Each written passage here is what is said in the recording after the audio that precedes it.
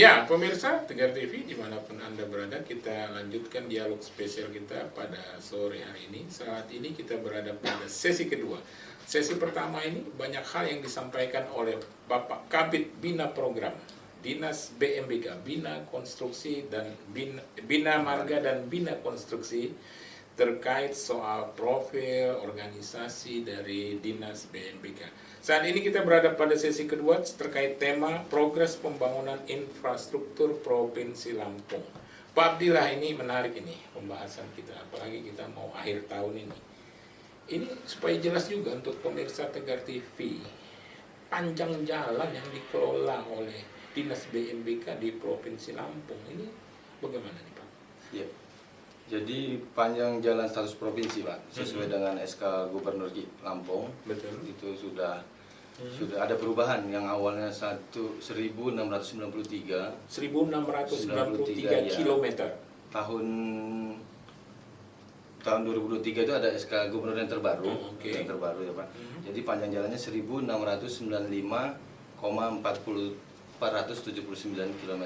Di panjang jalan provinsi segitu pada saat ini itu sesuai dengan SK Gubernur pada tahun 2023. Betul. Itu yang di bawah pengawasan, pembangunan, pemeliharaan dari Dinas BMBK ya Pak? Iya, jadi status jalan provinsi ini kita disusunnya berdasarkan SK Gubernur Pak. Jadi setelah ada SK dari Kementerian PU terkait dengan jalan nasional, kita menyusun dengan SK Gubernur sehingga adalah jalan status provinsi. Status provinsi. Iya, karena kita kan dibagi dalam 3 bagian statusnya, jalan 3 nasional, status, ya kan, jalan provinsi dan jalan kabupaten kota. Ya. Gitu. Untuk jalan provinsi itu ya yang 1695 itu memang tugas kita semua, baik itu nanti ada penanganan pembangunan maupun pemeliharaan di situ. Bahkan UPTD pun ikut terlibat menangani jalan status provinsi itu. Kalau misalnya jalan nasional ada lagi Ada yang lagi menanganinya iya, gitu Pak, ya, dari Pak? kementerian, ada kantor yang di sini juga ada balai. Ya, artinya biar masyarakat atau pemirsa Tegar TV itu mengerti lah. Iya. Ini jalan nasional, jalan provinsi atau jalan kabupaten. Iya. Oke, benar gitu. Kalau soal kemantapan jalan ini Pak, posisi sekarang ini Pak, Posisi sekarang provinsi punya. Iya, provinsi pada akhir tahun 2023 itu sebesar 78,67% Pak. Pada akhir tahun 2023. Kita biasanya melakukan survei kondisi itu di akhir tahun. Jadi di bulan Agustus gitu sampai dengan akhir tahun, sehingga nanti kita keluarkan kondisinya di akhir tahun. Jadi seperti tahun ini 2024 juga nanti kondisinya akan kita keluarkan pada akhir tahun 2024. Kira-kira bulan Desember ya? Iya, biasanya di bulan Desember. Paling lambat di awal di bulan Januari gitu kan. Dan pada akhir tahun 2024 ini memang target tetap sama Pak, sama sebesar 78% gitu. Tapi nanti kita melihatnya juga itu kan masih target dan asumsi kita gitu. Nanti kita akan melakukan surveinya. Sekarang pada saat ini sudah survei. Kebetulan memang survei itu ada di bidang program survei. Oh, di bidang Pabila ini. Iya, gitu. Karena Tapi itu secara terkait umumnya dengan- setiap tahun ada peningkatan kemantapan jalan atau bagaimana sih? secara umum ada peningkatan Pak. Gitu, ada peningkatan jalan. Memang kita kan di dalam RPJMD itu ditargetkan. Betul. Iya, biasanya kita ditargetkan itu sekitar 1%. Hmm. Tetapi di dalam pelaksanaannya kan setiap tahun juga ada degradasi jalan, Pak. Degradasi jalan. Terkait karena hujan itu. Iya, Hujan itu. kan namanya Terus jalan sekarang digunakan ya, Pak. Jalan digunakan kan. Oh iya, Gitu kan. penggunaan Sekarang apalagi- tidak digunakan aja mungkin rusak kan gitu kan. Iya, Jalan karena kena iya. hujan Iya. gitu kan, kena terik matahari jadi pasti rusak gitu. Jadi ada penurunan kondisi. Betul. Yang kita perkirakan setiap tahunnya sebesar 4% Oh, degradasinya, penurunan degradasi kondisinya. 4%. Iya, sehingga membutuhkan lumayan juga gitu kan. Hanya menaikkan 1% tetapi penanganannya sampai dengan 5% otomatis kan kita akan bisa menaikkan kondisi sebesar 1%. Apalagi itu tadi hujan alam ini kan sekarang Iya. tahun ini kan hujan dan sebagainya. Iya. Tapi kalau misalnya ya artinya kan kerusakan jalan juga kan akibat tonase yang berlebih itu Ada juga yang ada nakal-nakal faktor udah itu. bagaimana? Ada faktor odol itu juga ada kan. Faktor apa? Overdimension, Oh, odol, odol. overdimension, overloading, ada Oh, faktor iya, itu, iya. gitu. Walaupun mungkin ada beberapa ruas jalan saja yang berpengaruh terhadap odol itu karena kan ada daerah-daerahnya mungkin Pak, seperti angkutan perkebunan lain. Oh iya iya iya. Itu yang daerah-daerah. Untuk jalan-jalan dalam kota mungkin tidak terlalu, Betul. efeknya tidak terlalu besar lah. Ini kalau soal program, karena kan 2024 mau berakhir juga nih, kalau program 2024 apa yang sudah dilakukan itu bagaimana Pak Abdillah? Ya, kita sampai saat ini masih berjalan Pak di tahun 2024 ini. Kita pada tahun ini ada 51 paket pekerjaan. 51 pekerjaan. Iya. Untuk di ruas, ya sebenarnya di ruas jalan provinsi ini kan banyak, ada 98 ruas jalan. Itu jalan ya? Belum Ruas jembatan? jalan, iya. Jembatan lain lagi gitu kan untuk penanganannya gitu.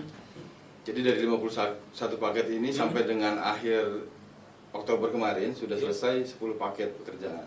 10 paket sudah selesai dalam proses serah terima atau PHO pada awal November ini. Yang sisanya mungkin masih dalam proses, Pak, masih dalam proses menunggu jadwal penghamparan ya, jadwal overlay. Jadi kita tuh kalau yang untuk hot mix biasanya nunggu jadwal Pak, karena padat gitu. Karena di akhir tahun itu jadwal untuk overlay itu cukup padat gitu. Jadi AMP itu menjadwalkan ke masing-masing kegiatan. Insya Allah progresnya masih baik, sampai sekarang masih di atas 50%. Yang ditargetkan nanti di akhir Desember ini semua selesai.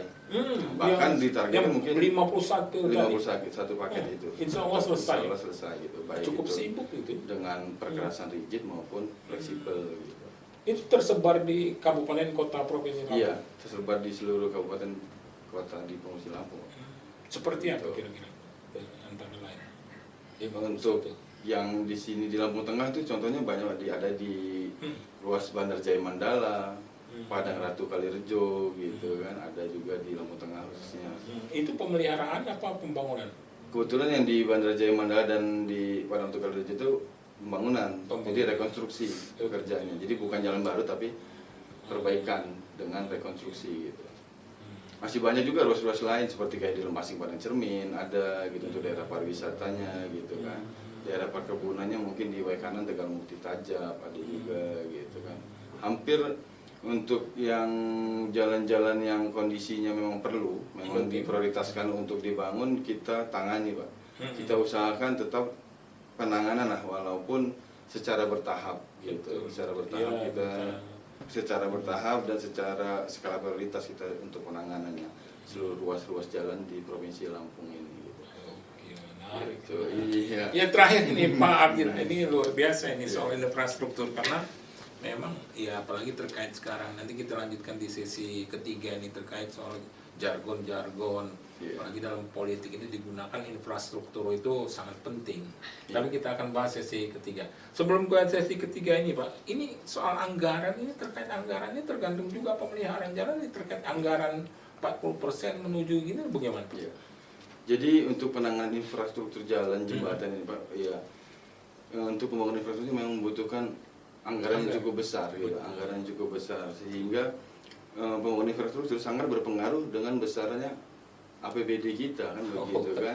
Kalau memang APBD kita kuat, insya Allah infrastruktur juga bisa kuat kan. Bukan hanya jalan dan jembatan saja, saya pikirkan seluruhnya saya pikir baik itu bangunan gitu kan atau irigasi. Saya pikir. Artinya tergantung dana itu tadi. Iya.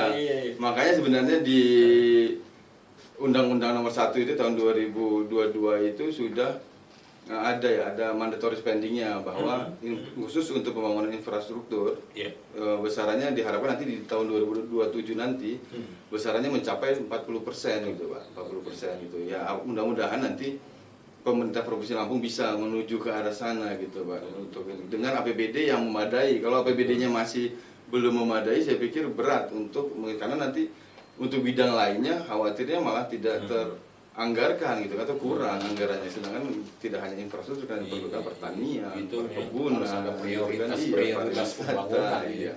Makanya untuk mensiasati itu kita BMBK melakukan pembangunan, rekonstruksi, pemeliharaan itu dengan skala prioritas. Mana yang kira-kira memang sangat penting bagi masyarakat, itu yang kita utamakan gitu. Kalau bicara mau langsung bagus ya biaya juga udah lumayan gitu kan. Pengennya kita sih seperti itu. Itulah hebatnya Pak Abdillah ini ya, gimana mau prioritasnya. Oke, kita akan lanjutkan pada sesi selanjutnya ya Pak Abdillah ya. Siap. Menarik ini pemirsa, dialog spesial kita bersama Kabid Bina Program Dinas Bina Marga dan Bina konstruksi Provinsi Lampung. Kita akan lanjutin pada sesi selanjutnya. Jangan kemana-mana pemirsa, tetap di Tegar TV.